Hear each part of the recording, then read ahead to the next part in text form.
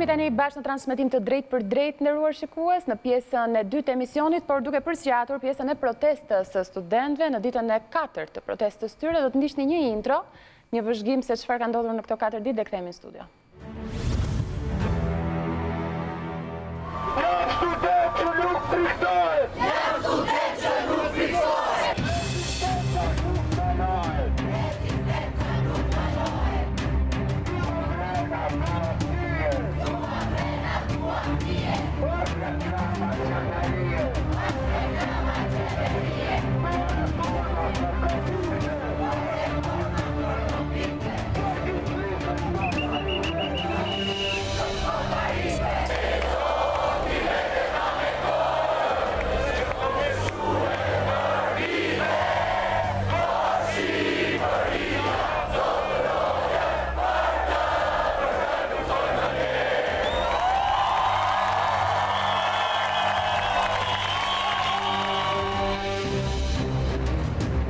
Detyra ime është ti dëgjoj dhe ti mbështes në adresimin e shqetësimit të tyre.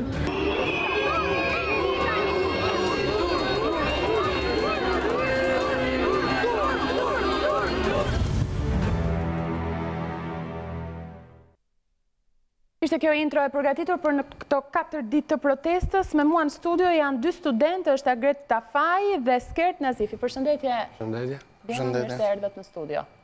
Në linë paralele është edhe pedagogu Julian Beko, do të ndërhyjë përgjatë kësaj bisede me studentët. Përshëndetje, zoti Beko, mirë se erdhët në studio në 124.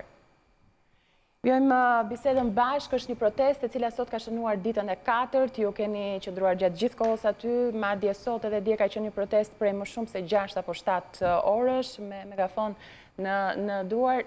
Si ishte protesta e ditës sotme, për ta nisur bashkë të bisedë, Si fillim ishte goxha entuziastik që në fillim, pra që kur mblodhëm te korpusi, pam të gjithë studentët që ishin të revoltuar dhe të vendosur. Madje sot vendosëm edhe të ndryshonim rrugën që do bënim, pra nuk ira më nga kryeministria, por ju futëm nga bloku dhe vazhduam të gjithë rrugën. Sepse doni ta shmangnit kryeministrin. Patjetër, donim ta shmangnim, sepse se kishim frikë që protesta jon të bëjë kaos për çështje tjera politike. Mund të bashkoheshin edhe eksponentë tjerë, mendoni? Prandaj edhe ju ruajtëm kësaj. Prandaj jëram, okay. Kur e keni nisur ju personalisht protestën, sepse arkitektura ka që ju jeni student të drejtësisë. Fakultet e drejtësisë. Edhe keni nisur ditën e dytë. Si e nisët, si u bashkuat me këtë protestë? Ne faktikisht kishim kohë që e shihnim që studentët ishin të pakënaqur. Pra çfarë ndodhi? Në momentin që studentët e arkitekturës u çuan, ishte shenjë e parë, ishte shkëndije e parë.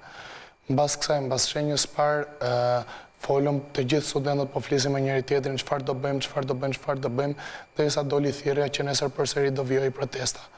Ditën e nesërme, pra jo ditën e parë, ditën e dytë që ne ju bashkuam protestës, u mblodhën të gjithë studentët që në mëngjes te Fakulteti Drejtësisë, pastaj të gjithë u bashkuam tek përsëri Politekniku dhe vijuam të shkonim drejt ministres Arsimit. Menduam se fakulteti tonë takon më shumë të shkojnë në këtë protestë, përsa i përket e merrem me ligjin, duke parë dhe kushtet e konvikteve në shkollë dhe gjithë studentët, menduam dilnin. Ne në fakt në këtë studio ftuam edhe student nga arkitektura, të cilët ishin të parët që e nisën këtë protestë, por nuk kanë pranuar. Kemi kontaktuar me shumë studentë arkitekturës, ka një tërheqje mediatike, pra nuk kanë dashur të jenë të pranishëm në media për të folur për këtë, dhe gjithmonë janë përshëndruar bisedës që do të flasim në unison, do të vendosim në unison dhe kanë vendosur për jo. Nuk e di nga se druhen. Ideja është e tillë, studentët e arkitekturës kanë shumë të drejtë dhe faktikisht ne kemi vendosur aty unison, tek ne nuk ka përfaqësi. Pra edhe ne vim thjesht si student, nuk kemi asgjë më tepër. Ajo çfarë ndodh është kjo që ne duhet t'i bëjmë të qarta të gjitha kërkesat tona, ne duhet t'i bëjmë të qarta të gjithë publikut që ne nuk kemi asnjë lloj lidhje, jemi apolitik, ne nuk kemi asnjë lloj lidhje me asnjë lloj organizate që punon underground për ta manipuluar këtë protestë, ne thjesht po kërkojmë dhe jemi të vendosur për të plotësuar të gjitha kërkesat tona. Po, e kuptoj. Ju nuk doni që të politizohet, e kuptoj. Nuk doni aty Partinë Demokratike, nuk doni aty Lëvizjen Socialiste për Integrim dhe asnjë subjekt tjetër. Nga ana tjetër, ju keni bërë thirrje qytetarëve që t'ju bashkohen me arshimin tuaj. Kemi qenë ishte kolegja Klodiana Lala, në fakt që e pasqyronte hapas hapi protestën, ju i bën thirrje qytetarëve që të bashkoheshin. Na mbështesin në kërkesat tona. Po nga ana tjetër erdhën banorët e Unazës Re, qytetarë janë dhe ata që deshin t'ju bashkohen. Ju pse i refuzuat? Ata kanë një protestë tjetër dhe ajo protestë është, për mendimin tim, është politizuar. Pse? Ajo ishte një çështje goxha delikate dhe për të cilën hasëm goxha debate dhe brenda studentëve. Atëherë çfarë ndodh? Ne kur e vendosëm që sot do vazhdonim protestën, do mblidheshim në orën 9:30 dhe do shkonim drejt Ministrisë Arsimit, të gjithë banorët Astirit e kishin të drejtë që ne të na bashkoheshim protestës. Por ama në momentin që banorët Astirit dhe të gjithë si protestues ju afrua dhe një parti politike që ju ofrojnë mbështetje, ne nuk mundëm që në momentin që ata vinin të gjithë si protestues së bashku të na afroheshin te protesta jon, pasi nuk duam gjërime. Por ama si banor patjetër që ne i tham, ata kanë të drejtat e tyre. Ata thjesht nuk i kanë refuzuar siç bët ju, po Partia Demokratike i është ofruar. Ideja është e tillë, ata si banor gjithmonë e kanë dhe do e kenë të drejtën që t'i bashkohen protestës sonë, pasi janë vetë prindër, janë vetë studentë etj. Por ama si protestues të cilët kishin marrë një ngjyrim politik, absolutisht që nuk mund t'i lejonim kur erdhën të gjithë bashkë. Nëse ata do kishin ardhur që në mëngjes dhe do kishin ardhur veç dhe jo të gjithë si banor, si protestues të Astirit, por ama si protestues për të kërkuar të drejtat e studentëve, patjetër dhe pa diskutim që do ishin pranuar. Një pyetje shumë e drejtë për drejtë. Pse ndodh pikërisht tani kjo protestë? Ndërkohë që tarifat vjetore janë kështu prej 2014-s. Pse vendoset pikërisht tani të protestoni? Sepse studentët kanë mbajtë sa kanë mbajtë dhe erdhi momenti që do shpërthejnë. A morët zemrën nga diçka tjetër? Studentët janë zemra e Shqipërisë. Ne jemi ata që mund të ndryshojmë këto gjëra, ne na përket kjo gjë. A u bë piknisje për ju protesta e banorëve të Unazës Re që morët zemër për t'ju hedhur dhe ju për kërkesat tuaja? Absolutisht. Ideja është e tillë që edhe VKM-ja që doli, për cilën ne nuk është se kishim shumë informacion, shtonte përsëri tarifat. Dhe ajo çfarë bëri kjo ishte që na zgjojnë të gjithë studentët. Na bëri thirrje që tha shiko se juve po shkeleni ditë për ditë, po paguani ditë për ditë, me çfarë po ju shpërblet. Se ideja është nëse ne do na ofroheshin të gjitha kushtet, do ishim të kënaqur nga mësimdhënia, nga kushtet nëpër fakultete etj. Patjetër që edhe ne nuk kishim arsye pse të protestonim, por ama ishim të pakënaqur nga të gjitha kushtet dhe duke parë që këto po vazhdoheshin dhe shtoheshin, absolutisht që do vinte një moment që do shpërthente gjithçka. Në fakt, unë kam shumë pyetje për ju për t'ju drejtuar dhe gjithë janë kurioz, por fillimisht ju pyes pse ju trëm kaq shumë fjala politik? Sepse vetë protesta mirëfilli është një formë revolte politike apo jo? Ideja është që kërkesat tona patjetër që i drejtojnë një institucioni shtetëror, por ne vetë nuk jemi të politizuar, asnjëri prej nesh nuk është i politizuar, ne jemi apolitik. Pra, kërkesat tona i drejtojnë qeverisë, i drejtojnë Ministrisë Arsimit. Kjo nuk do të thotë që kërkesat tona nuk janë politike. Por ne si studentët e 1990-s rrëzuan qeverinë aso kohë. Dhe njerëzit tani, për të qenë shumë të vërtet, kanë shumë pritshmëri ke ju. Ka njerëz, nuk po them të gjithë njerëzit, por tek e fundit ka pritshmëri për ju, sepse kanë gjallur emocione. Ajo çfarë duhet të kuptojnë njerëzit është që ne nuk jemi revolucionar, ne nuk jemi për të rrëzuar qeverinë.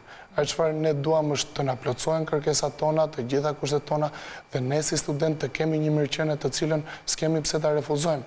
Pra, në momentin që plotësohet kërkesat tona, ne s'kemi asnjë lloj lidhje as me qeverinë, as me ministren, as me ministrin as asgjë. Pra, ne thjesht duam, jemi të qartë të plotësohen të gjitha kërkesat ka qenë paqësore. E kuptoj. Nuk ka patur incidente, madje edhe vetë ju keni bërë thirrje ditën e djeshme të mos goditej me vezë. Jo ditën e djeshme, po gjitha ditët ne kemi bërë thirrje. Tani, unë duhet që ndroj pak tek pjesa që ju nuk pranoni që të takoni kryeministrin Rama, ju ka ftuar një përfaqësi tuaj në zyrën e tij, pse nuk pranoni? Ne jemi gjithë një, ne nuk kemi kryetar, nuk kemi asnjë grup që të na drejtoj të shkojnë të takojnë kryeministrin ose diçka të tillë. Po do dialogohet për kërkesat tuaja apo jo? Ne kërkesat tona janë të qarta. I dinë gjithë, është bërë publike kërkesa jonë, çfarë kërkojmë ne. Prandaj ne presim kërkesat tona të na zgjidhen. Pra ju kërkoni vetëm që të dilet dhe t'ju thuhet që po janë pranuar kërkesat tuaj pa kaluar në asnjë sit dialogu apo negociat? Ajo çfarë duhet të kuptohet është që kërkesat tona nuk janë kërkesa madhore. janë kërkesa bazike për çdo student. Pra që të kemi një reformë të konvikteve, ndërkohë që konviktet janë skandaloz, patjetër që është një drejtë që ne duhet ta kërkojmë. Nëse ju kërkoni të përmirësohen kushtet në konvikte, kjo nuk mund të ndodhi me një të kërcitur të gishtave, apo jo? Po, jam shumë dakord. Do të flitet për këtë, do dialogohet për këtë. S'mund të bëhet sot. U hodhi ideja e dialogut nga ana e ministrisë. Pra ato thanë që do krijohen grupet e punës, të cilët do punojnë për këtë qëllim etj etj. Kush janë këto grupe? Kush do i caktoj këto grupe? Kush janë këto studentë përfaqësues? Po pikërisht kjo është ajo që ne duam të kundërshtojmë. Ne kemi disa kërkesa, jemi të qartë për kërkesat tona. Kërkesat tona janë të gjitha, të qarta, të prera dhe të vendosura, dhe ne thjesht duam që ato kërkesa të plotësohen. Kemi pikpyetjet tuaja, Agref, ja pra grupet e punës, cilët janë, si do të funksionohet, çfarë ju bën juve që të hikni në auditor? Sepse ju keni praktikisur auditorët tashmë, apo jo? Edhe kjo është në fakt është shqetësuese për nga pjesa e programit shkollor. Unë duhet ju pyes, ftuat ministren Nikolla që të dilte, t'ju takonte, të ishte mes jush, ftuat në bulevard, në sheshin përpara ministrisë Arsimit, dhe ajo doli. Pse e përzut? Pse nuk e pranohet? Faktikisht, ministrja, ne e kemi thirrë, kemi ditë. Në momentin që ajo doli pas një lajmërim, pas një lloj gjëje. Dhe në momentin që ajo fut, studentët reaguan, të gjithë hapëm vëndin ku zonja ministre mund të vinte, të gjithë ulëm, pritëm mbi 10 minuta që zonja ministre të vinte, hapëm të gjithë korridorin. Jo, po kjo është problemi, që zonja ministre nuk doli në moment duke lajmëruar që shiko se unë do dalë dhe do them këto gjëra. Nuk mund të dalësh nga hiçi. Pra duhet të thuhet se aty brenda për brenda duhet të ketë një organizim, se nuk mund të bëhet gjithçka tak fat. Pra, ne ja ofruam këtë si mundësi, ne i thamë, zonja ministre, hajde dil, ne po të presim këtu të gjithë studentët të ullën, dhe kjo nuk besoj se është një argument që zonja ministre mund të ngrej, sepse të gjithë ishim të hapur që zonja ministre të vinte aty. Por në momentin që ne ullëm, dhe i thamë, hajde, po të presim këtu, ajo nuk reagoj. Në momentin që doli, pse u përzu, prap nuk po e marrë do të përgjigjen? Si doli? Nga doli? Doli në borin e ministrisë. Kujt i lajmëroj? Kujt i tha? Kujt i lajmëroj? Kujt i tha? Se duhet një lajmërim përpara? Patjetër që duhet lajmërim. A duhet organizim brenda protestës? Në çfarë me prisnit lajmërimin nga... Të thoshte, zonja ministre ka gjithë këto ditë që po lajmëron për gjërat ndryshme. Ç'problem kishte të dilte një person dhe thoshte që shiko, unë do dal. Asnjë lloj problemi s'kishte. Dhe në fund fare, edhe pse ajo u fut brenda, ne përsëri e pritëm si studentë të qytetëruar, të gjithë studentët të ulën, e pritëm mbi 10 minuta, i bëm thirrje, dil, i tham dhe minutazhin që të gjithë ne të vendosim dhe të ballafaqoheshim. Por ajo nuk ishte dakord. Kush ishte problemi në këtë? Shkoj në lidhje paralele për t'i dhënë fjalën zotit Julian Beko, është pedagog. Zoti Beko, të përshëndes përsëri. Si e shihni këtë protestë të studentëve? A jeni në mbështetje të tyre? Përsa i përket mbështetjes, plotësisht. Edhe i falenderoj dhe dy djemë që janë në studio, në anën tjetër të studios. Falenderoj gjithashtu të gjithë studentët që kanë qenë pranishëm sot dje par dje. Janë për të mbështetur sepse s'pari. Janë njerëz që kontribuojnë për këtë vend. Janë njerëz që janë votues në radhë parë. Votojnë, kanë votuar për një qeveri ose një qeveri tjetër, pra kanë votuar për një kandidat. Në thelba ata kanë votuar për të patur një shtet. Dhe tashmë përballen me shtetin ton, me qeverin ton, duke kërkuar kërkesat e tyre. Nga ana tjetër, në këto 30 vjet tranzicion, por edhe përpara gjatë periudhës së regjimit komunist, bara e Arsimit në Shqipëri ka rënë gjithmonë mbi familjet. Familjet shqiptare kanë bërë sakrifica të jashtëzakonshme. Unë kam kolegë në fakultet të cilët kanë marrë kredi për të shkolluar jashtë, nuk kanë marrë kredi për të bërë një biznes, nuk kanë marrë kredi për të hapur një restorant apo një lokal, kanë bërë sakrifica të jashtëzakonshme për të shkolluar ata vetë në universitetet evropiane, për të ardhur këtu dhe për t'ja dhënë këtë njohuri që ata kanë marrë jashtë, unë jam njëri prej tyre, për t'ja dhënë studentëve dhe kësaj rinie e cila ka sot probleme të ndryshme në raport me rinin e viteve 90. Studentët sot janë të fëmijët e studentëve të viteve 90, të cilët kërkonin një kontekst natyrisht shumë herë më të trisht dhe pikëllues se sa është Shqipëria sot. Megjithatë, ata kërkonin një Shqipëri si gjithë Europa. Studentët tanë sot, nëpër fakultete, nëpër rrugë, kërkojnë sipas me, kërkojnë dy gjëra. Cilësinë e jetesës Shqipëri dhe standard. T'ju pyes, zoti Beko, sipas jush, si i shpenzojnë parat universitetet? Udhëron? Si shpenzojnë parat universitetet, duke u referuar asaj që Për sa i përket shpenzimit të universiteteve, me ligjin e ri arsimor, rreth 50% e buxhetit të shpenzimeve që një fakultet ose një universitet ka mbulohet nga studentët. Pra studentët janë klient, janë kontribues drejt për drejt të buxhetit të çdo universiteti. Që këtu fillon problemi. Si do i konsiderojmë këta njerëz? Si klient, si bashkëortak, si aksioner, dhe kjo ka të bëjë me ligjin e arsimit. Dhe t'ju them dhe diçka tjetër në parantezë që në këto 20-30 vjet pothuajse tranzicion në Shqipëri, fusha e arsimit është fusha ku është eksperimentuar më shumë dhe ku janë bërë më tepër reforma se sa realisht ky vend ka nevojë. Pa folur këtu për problemet e mëdha që kjo reformë ka, për arsye që ne i dimë, dhe unë nuk do të hy në detaje të tilla tani. Studentët kërkojnë, nuk kërkojnë fakt, përpiqen të na shkalojnë negocimin. Sot në ministri zonja Nikolli u përpoq të delegonte me ata, nga në studentëve nuk kisha asnjë lloj dëshire për dialoguar, dhe mendoj që është e drejtë. S'ka si gjë për negociuar, është negociuar jashtëmasë shumë deri tani, sigurisht jo me aktorë dhe me faktorët e duhur. Ne në fakultete si stafe pedagogjike dhe si student nuk se jemi pyetur ndonjëherë në kuptimin e vendimarrjes. Na kanë ardhur gjithmonë shkresa për dhënë mendimin tonë. Në plot raste çdo ky mendim, por nga pikpamja nga Zoti Beko, ju si mendoni, a ka korrupsion në pjesën e shpenzimit në universitete? Patjetër, duhet të ketë patjetër korrupsion. Kudo ka korrupsion. Jo vetëm në arsim, në shëndetësi, gjithandej, në çdo sektor të jetës. Dhe kur thash që studentët duan cilësi dhe standardi ka të bëjë pikërisht me këtë gjë. Jemi gati të paguajmë një taks, por që të ketë kuptim kjo taks ku paguhet. Flitet gjithashtu për çështjen e kartës studente. Me këtë kartë studenti shqiptar nuk i bën dot në autobus.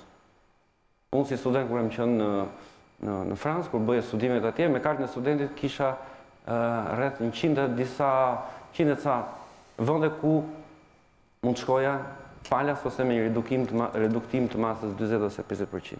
Kjo gjë nuk ekziston në Shqipëri. Sot mësimi është duke u bërë dhe këtë ndjeja dhe sot mësimi është duke u bërë në rrugë. Për herë të parë studentët po japin një mësim bashkë shoqërisë dhe po i thonë që me që mësimin auditore na kanë nxjerrë në rrugë, atëherë ky mësim le të bëhet në rrugë tash. Gjithashtu është e trisht, më falë dhe diçka, gjithashtu është e trisht të shohësh fakultetet e zbrazura, fakultetet bosh. Është e trisht të shohësh pedagogët vetëm, kështu që në këtë kuptim rruga vetme është që të dëgjojmë studentët, të dëgjojmë shqetësimet e tyre. Unë për vete kam 15 vjet që dëgjoj mërzit, trishtimet e pafuqitë e tyre.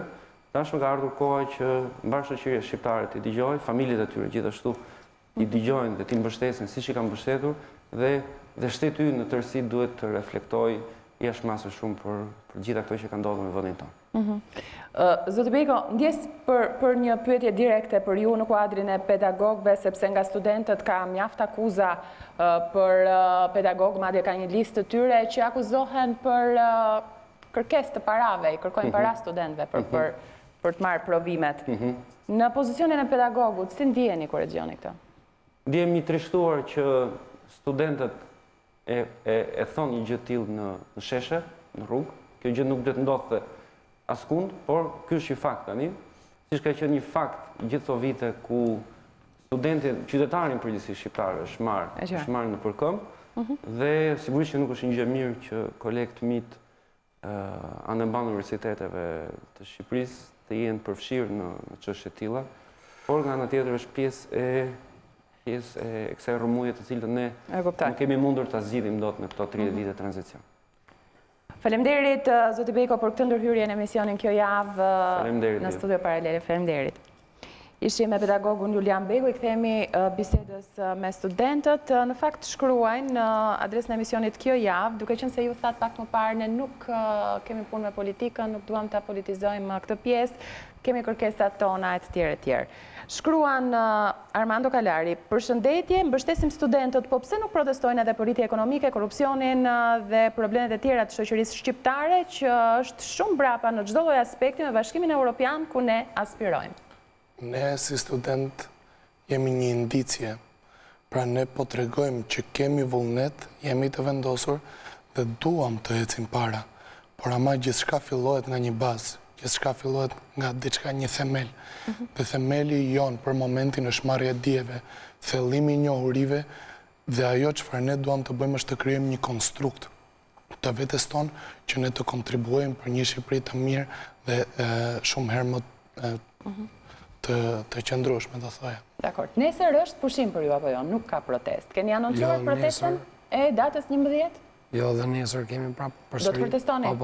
Në cilën orë nis protesta nesër? Në 9:30 mblidhemi tek Universiteti i Tiranës. Edhe pse është e diel. Te korpusi aty do mblidhemi dhe prapë do vazhdoj, asnjë ditë nuk do pushoj protesta. Sepse u tha para dite që mund të kishte pushim ditën e nesërme, po protesta e 11-s për çfarë artikulohet? Çfarë ka ndryshe? Protesta së martë. Ideja është që ne po presim. Ne po presim kush do jenë reagimet, çfarë do thot qeveria, le të themi, dhe do shohim si do reagoj, si do shkoj kjo situatë. Patjetër që ne nëse na plotësohen të gjitha kërkesat tona pa përjashtim, ne s'kemi pse ta vazhdojmë më. Por ama nëse kërkesat tona nuk plotësohen të gjitha dhe ashtu siç duhet të plotësohen, ne do arrim ta përshkallëzojmë. Do përshkallëzohet. Ç'do të thotë ta përshkallëzoni? Ta përshkallëzojmë do thotë që do flasim me gjithë studentët dhe do vendosim realisht se çfarë duhet bërë deri në ç'pikë do arrim. Ju përmendët disa mes jush grevën e urisë së të mundshme që mund të nisi. Çfarë do t'ju çonte në një grevurie? Është një ndër opsione që mund të jepet. Greva e urisë, por nuk është domosdoshmërisht greva urie. Pra ajo çfarë ne jemi të vendosur është ta përshkallëzojmë, se deri në ç'pikë do përshkallëzohet mbetet për të parë. E çfarë doja të bëja një thjerrje tjetër, ishte fakti që ka pasur sot dhe shumë media mashtruese. Media të cilët u munduan ta korruptonin protestën nga brenda. Madje unë isha një objekt i cili brenda një ore isha dhe fanatik i PD-s dhe fanatik i PS-s. Pra ajo çfarë dua të bëj të qartë, jo vetëm unë, po as i madh dhe as gjyshërit e mi kur nuk kanë pas asnjë lloj lidhje me politikën. E ke fjalën për ty personalisht? Për mua personalisht dhe për studentët të tjerë, të cilët u munduan që t'i baltosin figurën. Po, që ta sqarojmë edhe për të gjithë publikun, është Agref Tafaj, është djali e Sinan Tafajt, apo jo? Po. Dhe kjo ishte pra ajo çfarë dua unë të bëj thjerrje, është të mos arrihet deri në atë pikë sa që mediat të baltosin figurën e disa personave, nuk po flas vetëm në rastin tim që isha unë një cënuar sot, për nesër pas nesër apo edhe sot kanë qenë studentë të ndryshëm. Ju i qëndroni gjithkohës fakti që duhen plotësuar kërkesat tuaja dhe unë vazhdoj të këmbgul tek ju. Si mundet që të plotësohen kërkesat tuaja apo të dali dikush nga qeveria, qoftë kryeministri, qoftë ministrja, dhe të thotë po, kërkesat tuaja janë plotësuar, pa u diskutuar më parë dhe të arrihet, sepse predispozita është apo jo. E ka treguar të paktën me anë të mesazheve qeveria që është predispozita për t'u plotësuar kërkesat tuaja. Okej, ne presim dhe nesër, pra zonjën ministre, dalit bisedojme në aty. Po pse i thoni jo çdo dialogu? Kjo s'është e vërtetë që i themi jo çdo dialog. Ne kemi prit, u bë kaq ditë që po e presim dalit flasim me ne. Bëjmë thirrje ditë për ditë që ajo dalit dhe të flasim me ne. Por ama besoj se kërkesat tona janë të qarta. Tek ne nuk ka përfaqësi, ne të gjithë jemi të barabartë çfarë jemi të gjithë aty dhe ne jemi shumë të qartë dhe të prerë që të gjitha kërkesat tona të plotësohen. Edhe diçka, pse nuk nisi që në muajin maj e gjitha kjo, kur doli VKM-ja? Apo u njohët vonë ju? Jo, nuk ishte ideja që u njohëm vonë. E gjitha filloi me një indicje që ishte Universiteti i Arkitekturës. Në momentin që ne pam që kishte student të revoltuar e tjerë që po fillonin të prekeshin nga e gjithë kjo situata, atëherë dhe ne vendosëm që të fillonim të protestonim. Koha na përfundon, unë do doja të kishim më tepër minuta në dispozicion për të folur. Ju uroj suksese në kauzën tuaj, në protestën tuaj dhe shpresoj që gjithçka të zgjidhet. Unë i qëndroj pjesës së dialogut për të zgjitur problemet tuaja, kërkesat tuaja, por gjithsesi do të presim se si do të vijë kjo protestë që ju thoni edhe mund të përshkallëzohet apo jo. Po. Ju falenderoj për pranimin tuaj në studio. Faleminderit. Ishim me dy studentë të Fakultetit të Drejtësisë në studio, sigur se patëm edhe lidhjen e drejt për drejt me pedagogun Julian Beko, kemi qenë edhe me pamje drejt për drejta nga protesta, në fillim fare ndoqëm edhe Unazën e Re, zotin Basha, në pjesën e parë ishim me zotin Astrid Patozi. Mbritëm në fund të emisionit Kjo Javë, duke ju ftuar që të klikoni në balkanweb.com, në faqen tonë, në profilin tonë në Facebook, Kjo Javë me Nisida Tufen, por edhe në YouTube, emisioni Kjo Javë, është News 24 Albania, është kanali i emisionit Kjo Javë.